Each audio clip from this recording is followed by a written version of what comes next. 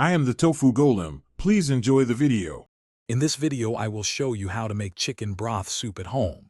First, gather your essential ingredients. You will need one whole chicken, weighing about 3 pounds or 2 pounds of chicken bones for a rich base. Also, prepare 2 large carrots, 2 celery stalks, and 1 large onion, all roughly chopped. Don't forget a bay leaf, 1 teaspoon of whole black peppercorns, and some fresh parsley. Finally, have 12 cups of cold water and a large stock pot ready. Now let's get cooking. Place all your prepared ingredients into the large stock pot, making sure the chicken is completely covered by the 12 cups of cold water. Bring this mixture to a gentle boil over medium-high heat. As soon as it boils, reduce the heat to a very low simmer. For the first 30 minutes, gently skim off any foam that rises to the surface. Let it simmer uncovered for at least 3 to 4 hours to develop deep, rich flavors.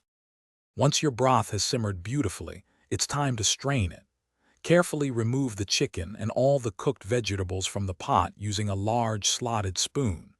Discard the vegetables and bones, but you can shred the chicken meat for other dishes.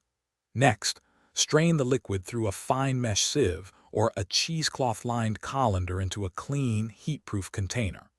Allow the golden broth to cool completely at room temperature before moving on to storage. With your delicious homemade chicken broth ready, proper storage is key. You can store the cooled broth in airtight containers in the refrigerator for up to 4 days. For longer preservation, freeze it in smaller, convenient portions for up to 3 months. This versatile broth is perfect as a flavorful base for countless soups, stews, and gravies. Enjoy the incredible depth of flavor your homemade broth brings to all your culinary creations. Thanks for watching. Consider subscribing if we helped you today.